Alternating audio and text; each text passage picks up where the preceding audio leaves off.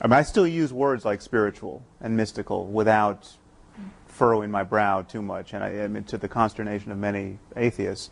I think there is a range of experience that is rare and that is only talked about without obvious qualms in religious discourse. And because it's only talked about in religious discourse, it is just riddled with superstition, and it's used to cash out various metaphysical schemes, which it can't reasonably do.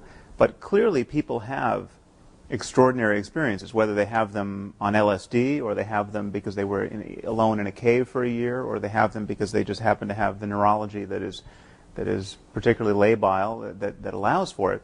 But people have self-transcending experiences, and people have the best day of their life where everything seemed, they seemed at one with nature. Sure. And for that, because religion seems to be the only game in town in talking about those experiences and dignifying them, that's one reason why I think it seems to be taboo to criticize it, because you're talking about the most important moments in people's lives and trashing them, at least from their view. Well, I don't have to agree with you, Sam, in order to say that it's a very good thing you're saying that sort of thing, because it shows that, as you say, religion is not the only game in town when it comes to being spiritual. It's like it's a good idea to have somebody from the political right who is an atheist, because otherwise there's a confusion of values which doesn't help us, and it's much better to have this diversity in other areas. I mean, I think I sort of do agree with you, but even if I didn't, I think it was valuable to have that. Right. If one could make one change, and only one, mine would be to distinguish the numinous from the supernatural. Yes. Right. You had a marvelous quotation from Francis Collins, the genome pioneer, who said, while mountaineering one day, he was just overcome by the landscape, and then went down on his knees and accepted Jesus Christ. A complete non sequitur. It's never even been suggested that Jesus Christ created that landscape. Right. A frozen waterfall in three streams. Three parts. Which would be the mind of the Trinity. Well, yeah, absolutely. We're all triune in one way or another. We're programmed for that. That's very clear. It wouldn't ever have been a four-headed God. Right. You know that from experience. But that would be an enormous distinction to make, and I think it would clear up a lot of people's confusion that what we have in our emotions, the surplus value of our personalities, the bits that aren't particularly useful for our evolution, or that we can't prove are, but that do belong to us all the same, don't belong to the supernatural and are not to be conscripted or annexed by any priesthood. Yes, it's a sad fact that people, in a sense, won't trust their own valuing of their numinous experiences. They think it isn't really as good as it seems unless it's from God, unless it's in some kind of a proof of religion. No, right. It's just as wonderful as it seems. It's just as important. It is the best moment in your life. And it's the moment when you forget yourself and become better than you ever thought you could be in some way, and see in all humbleness the wonderfulness of nature. That's it, and that's wonderful. But it doesn't add anything to say, golly, that has to have been given to me by somebody even more wonderful. It's been hijacked, hasn't it? It's also. I'm afraid. I think it's a deformity or a shortcoming in the human personality, frankly, because the religion keeps stressing how humble it is and how meek it is and how accepting and almost to the point of self-abnegation it is. But actually, it makes extraordinarily arrogant claims for these moments. It says that I suddenly realized that the universe was all about me. Yes. And felt terrifically humble about it. Come on, we can laugh people out of that, I believe. Right. Yeah. Also, and I think we should. I am so tired of the.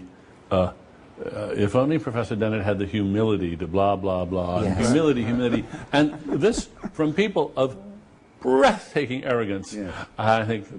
I shove one aside, saying, "Just don't mind me. I'm on an errand for God." Yeah, right. This is a How point. modest is that? This is the point I think we should return to, this notion of the arrogance of science, Oh, because there is no discourse which enforces humility more rigorously. I mean, scientists, in my experience, are the first people to say they don't know. I mean, if you get a scientist to start talking off his area of specialization, he or she immediately starts hedging his bet saying, I'm not, but I'm sure there's someone in the room who knows more about this than me, and of course, all the data's not in. I mean, this is the mode of discourse in which we are most candid about the scope of our ignorance. Well, actually, a lot of academics come up with that kind of false modesty. But I do know what you mean. Yes, it is. Many's the historian who says, no, I yield to someone. No, but any academic should do that. Yes, they should. The thing about religious people is that they recite the Nicene Creed every week, which says precisely what they believe. There are 3 gods, not one. The Virgin Mary, Jesus died, went to down for 3 days and then came up again. Yeah. I mean, Yes. in precise detail. And yet they have the gall to accuse us of being overconfident and of not knowing what it is to doubt. And I don't think many of them ever let themselves contemplate the question which I think scientists ask themselves all the time: what if I'm wrong? Yeah. What if I'm wrong? I mean, it's just not part of their repertoire. Actually, would you mind if I disagree with you about that? I mean, a lot of the talk that makes religious people hard to, not hard to beat, but hard to argue with, is precisely that they'll say they're in a permanent crisis of faith. There is indeed a prayer, Lord, I believe, help thou my unbelief. Graham Greene says the great thing about being a Catholic was that it was a challenge to his unbelief. A lot of people live by keeping 2 sets of books. In fact, Yes. it's my impression. There is that. It's my impression, in fact, that a majority of the people I know who call themselves believers or people of faith do that all the time. I wouldn't say it was schizophrenia. That would be rude. But they're quite aware of the implausibility of what they say. They don't act on it when they go to the doctor or when they travel or anything of this kind. Right. But in some sense, they couldn't be without you. But they're quite respectful of the idea of doubt. In fact, they try and build it in when they can. Well, that's interesting then. And so when they are reciting the creed with its total sort of apparent conviction, is this a kind of mantra which is forcing themselves to overcome doubt by saying, yes, I do believe, I do believe, I do believe, because Sure, really I don't. And of course, like the others, like their secular counterparts, they're glad other people believe it. It's an affirmation they wouldn't want other people not to be making. Well, also there's this curious bootstrapping move, which I tried to point out in this recent On Faith piece. This idea that you start with the premise that belief without evidence is especially noble. I mean, this is the doctrine of faith. This is the parable of doubting Thomas.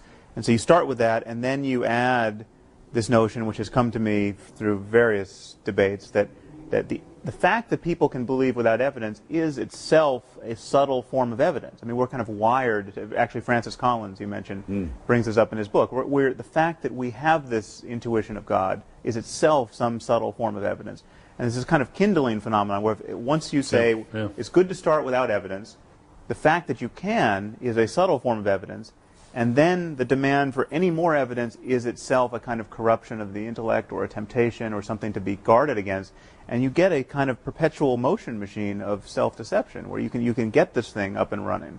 But they like the idea that it can't be demonstrated, because then there'd be nothing to be faithful about. Right. That's If the point of faith. Yeah. If everyone had seen the resurrection, and we all knew that we'd been saved by it, so, well, then we would be living in an unalterable system of belief, and it would have to be policed. Right. Well, and it would actually be, those of us who don't believe in it are very glad it's not true, because we think it would be horrible.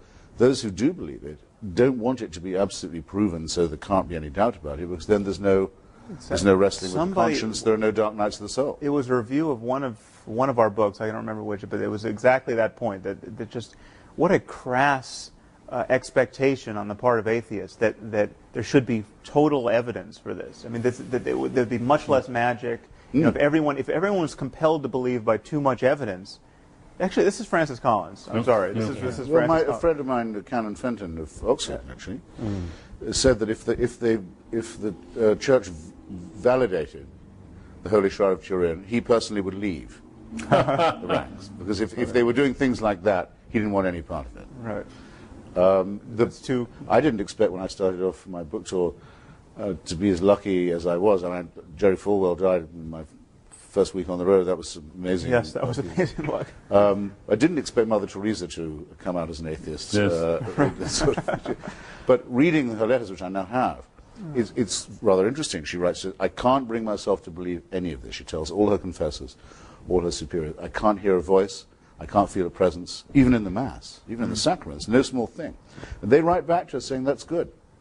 Right. That's great, you're suffering. It gives you a share in the Yeah. crucifixion. It makes you part of Calvary. Yeah. You can't beat an argument like that. Right. The less you believe it, the more you're an The illustration more of faith. you prove it's true. Yeah. Yeah. Yes, and the struggle, the dark night of the soul is the proof in itself. Yeah. So we just have to realize that these really are non-overlapping magisteria. We can't hope to argue with a mentality of this kind.